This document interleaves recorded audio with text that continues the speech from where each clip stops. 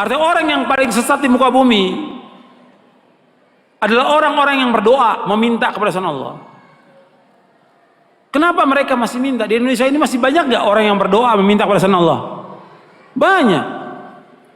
Mereka datang ke kubur-kubur yang dianggap kubur wali songo dan kuburan yang dianggap keramat oleh mereka, kuburan yang kata mereka mengandung barokah. Nggak ada dalam Islam kuburan yang keramat, kuburan mengandung barokah, nggak ada di muka bumi, tidak ada sama sekali, nggak ada.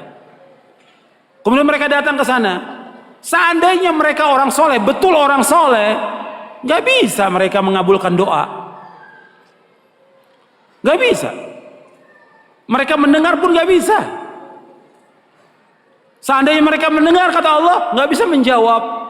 Kan di sini Allah sebutkan di sini, "Man la yastajibu lahu ilaihi", nggak bisa menjawab, nggak bisa mengabulkan sampai hari kiamat. Makanya kebodohan yang paling bodoh dan kesesatan yang paling sesat orang-orang yang datang berbondong-bondong ke kubur para wali untuk minta di sana. Kalau ziarah kubur boleh, perhatikan ini, jangan salah paham. Tolong perhatikan, dengarkan baik-baik, jangan salah paham. Kalau ziarah kubur ke kuburan kaum muslimin boleh, dianjurkan oleh Nabi Muhammad SAW. Ziarah kubur ke kuburannya pemakaman kaum muslimin boleh, sunnah, dianjurkan oleh Rasulullah SAW. Kata Nabi, kuntu nahaitukum an ziyaratul kubur fazuruha fa inna tudzakirukumul akhirah. Kata Nabi, aku pernah melarang kalian untuk ziarah kubur, sekarang boleh kamu ziarah kubur, karena ziarah kubur mengingatkan kalian kepada akhirat. Dalam riwayat yang lain disebutkan bahwa ziarah kubur mengingatkan kalian kepada kematian. Ziarah kubur kaum muslimin boleh, tapi ziarah kubur yang dilakukan oleh mereka ini, datang ke kuburan wali dengan niat kuburan itu mengandung barokah, bahwa orang itu soleh, suci, bisa mengangkat doa mereka ke langit kepada Allah sebagai tawasul. Mereka minta, ada yang menjadikan mereka sebagai wasilah kepada Allah, ada yang menjadikan mereka sebagai syafaat kepada Allah, ada yang mereka menjadikan mereka sebagai Tuhan yang mereka minta kepada penghuni wali, penghuni kubur itu. Ini kenyataan yang dilakukan oleh orang-orang yang ziarah-ziarah kubur ke kuburannya para wali. Dan ini kalau anda perhatikan kerusakannya luar biasa ini, karena masalah akidah, masalah tauhid. Mereka memalingkan ibadah kepada selain Allah yang Allah tidak redho selama-lamanya.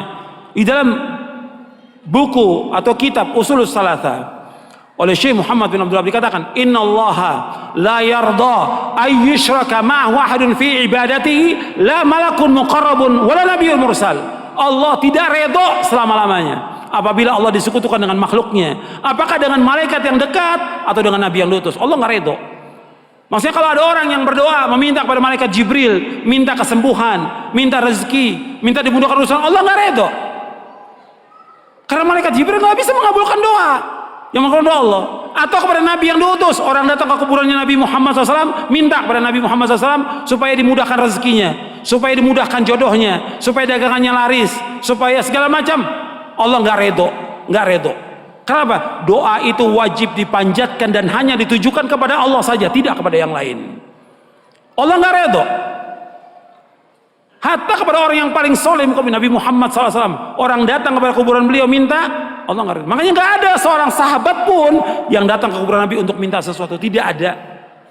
Tidak ada seorang sahabat pun radhiyallahu anhum ajmain yang datang ke kuburan Nabi untuk minta sesuatu, tidak ada sama sekali. Mereka berdoa langsung kepada Allah. Begitu juga setelah wafatnya Khulafaur Rasyidin, nggak ada orang datang.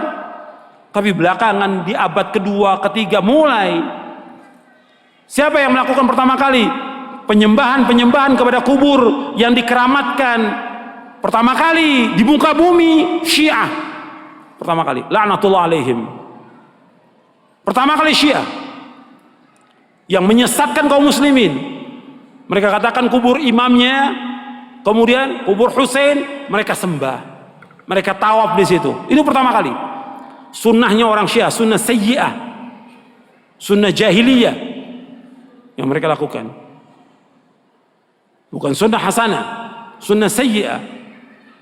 Mengajak orang untuk menyembah kubur. Setelah itu diikuti oleh apa? Diikuti oleh yang kedua, torekot sufiyah. Yang pertama Syiah, laknatullah alaihim.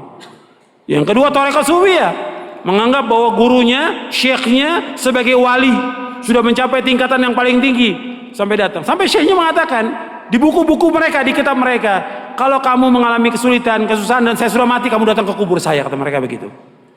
Ini sesat dan menyesatkan kaum muslimin. Anda melihat sekarang tambah banyak orang yang pertama kali mulai kuburan itu disembah, kemudian dibangun kubur di dalam masjid, itulah orang-orang Syiah. Nggak akan bertemu dalam Islam antara kuburan dengan masjid selama-lamanya, tidak akan ketemu dalam Islam. Adapun kuburan Nabi SAW itu di luar masjid. Kemudian pada khalifah zaman Abdul Malik dibongkar, dimasukkan, dan sahabat sudah mengingkari yang masih hidup pada zaman itu. Nggak bisa bersatu dan beda kuburan Nabi. Karena apa? Nggak mungkin kuburan Nabi akan dibongkar, dipindahkan ke Baqi, nggak mungkin. Karena Nabi nggak mau. Kalau di Baqi akan disembah oleh manusia. Makanya Nabi dibedakan khusus untuk Nabi, dikuburkan di tempat itu dengan dua sahabatnya, Abu Bakar dan Umar. Adapun kuburan yang lain nggak boleh, nggak bisa bersatu antara masjid dengan kuburan selama-lamanya. Yang pertama kali Syiah. Karena ini perbuatan siapa? Perbuatannya orang-orang Yahudi dan Nasrani. Maka 5 hari menjelang wafatnya Rasulullah mengatakan, la'natullahi 'alal yahudi wan nasara ittakhadhu qubur anbiya'i masajid wa ana anhaakum an dzalik. Mudah-mudahan, kata Nabi SAW, 5 hari menjelang wafat, mudah-mudahan Allah melaknat orang Yahudi dan Nasrani karena mereka menjadikan kubur Nabi mereka sebagai tempat ibadah. Aku larang kalian jangan melakukan seperti mereka. 5 hari menjelang wafat, 5 hari. Terus Nabi ingatkan umatnya, jangan seperti Yahudi, jangan seperti Nasrani yang mereka menjadikan kubur Nabi mereka sebagai tempat ibadah. Aku larang. Kuburan bukan tempat ibadah, kuburan. Dan gak boleh melaksanakan perjalanan ke makam-makam, gak boleh. Ziarah kubur boleh, tapi menentukan makam tertentu untuk ziarah mempunyai keutamaan gak boleh. Yang punya keutamaan 3 masjid, masjid aja cuma 3 masjid dari seluruh dunia yang mempunyai keutamaan. Kata Nabi SAW dalam hadis yang sahih, ada di buku ini, la tushaddur rihalu illa ila 3 masajid, masjid hadza wa masjidil haram wa masjidil aqsa. Kata Nabi, nggak boleh mengadakan perjalanan dengan niat ibadah kecuali 3 masjid. Tidak boleh mengadakan perjalanan safar dengan tujuan ibadah kecuali 3 masjid. Pertama masjidku ini, Masjid Nabawi. Yang kedua Masjidil Haram. Yang ketiga Masjid Aqsa. Masjid aja nggak boleh. Ada di Bandung umpamanya ada masjid yang bagus, orang mengatakan bahwa masjid itu punya keutamaan, nggak boleh. Semua masjid sama. Masjid di sini di Pustai atau masjid yang lain yang dibangun semua sama. Ganjarannya sama kalau orang sholat di dalamnya, kecuali 3 masjid. Masjid Nabawi sekali sholat di sana 1000 lebih dari masjid yang lain. Kalau di Mekah, di Masjidil Haram, di Mekah maksudnya di Masjidil Haram saja, bukan di masjid yang lain. Di Mekah bukan, di Masjidil Haram saja itu 100.000 keutamaannya dari masjid yang lain seluruh dunia. Kalau di Masjidil Aqsa 250. Itu keutamaan yang disebutkan oleh Rasulullah Sallallahu Alaihi Wasallam. Kalau masjid yang nggak punya keutamaan kecuali 3 masjid, apalagi kuburan. Kuburan nggak punya keutamaan sama sekali. Makanya orang-orang yang datang dan meminta ke kubur-kubur, Allah menyebutkan dalam Al-Quran ini orang yang paling sesat di muka bumi. Antum catat tuh ayatnya, ya, surah Al-Ahqaf surah 46 ayat 5 dan 6. Ini dalil